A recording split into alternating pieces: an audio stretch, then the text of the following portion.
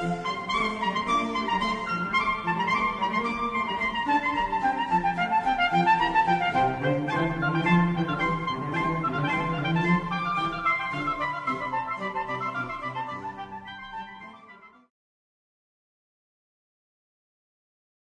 Road to Serfdom, the book that most of us know you for, I think, was particularly eloquent about the dangers or the folly of massive and particular intervention in an administrative sense. At least that's what I recall.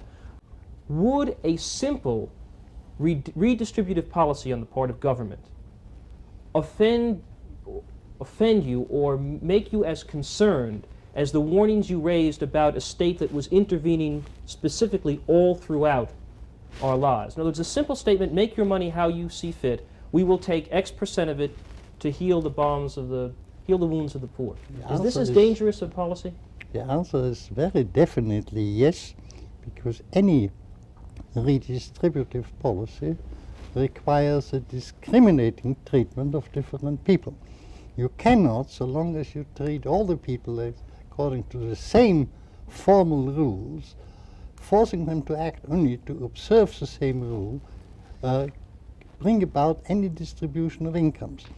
Once you decide that government is entitled to take from some people in order to give it to others, this is automatically discrimination of a kind for which there can be no general rule.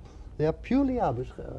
Why isn't the general rule all those in Class A, $20,000 to $30,000 a year, pay X, all those in Class B pay Y, all those in Class C receive X? Why is it not a general rule as opposed to the Well, it road to depends serfdom? on Because X doesn't equal Y.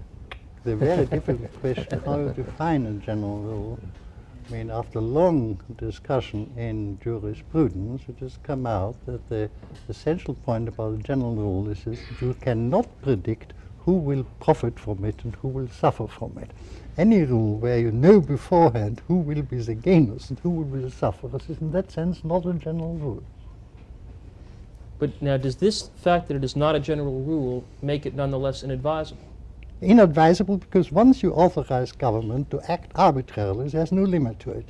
Now, I think I want to make sure I understand this. The word arbitrary all of a sudden came in there. Why is it arbitrary if one understands Not acting according to a rule is arbitrary. I'm sorry? Not acting according to a general rule is arbitrary. It's the only way in which you can define arbitrary. I don't see why, if one understands exactly the premises on which one is making distinctions. Why is it arbitrary? I distinguish between rich and poor when I tax them because rich people have more discretionary income.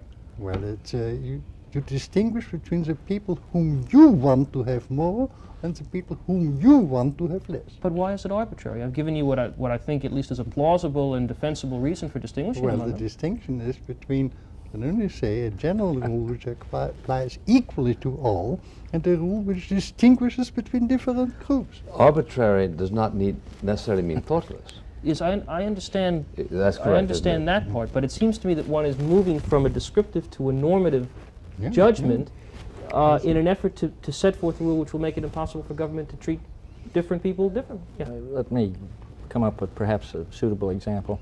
If you went back to an earlier time in American history, the goal, always imperfectly realized, was that the blindfolded goddess of justice stood before us all dispensing her favors equally and to all who came before her.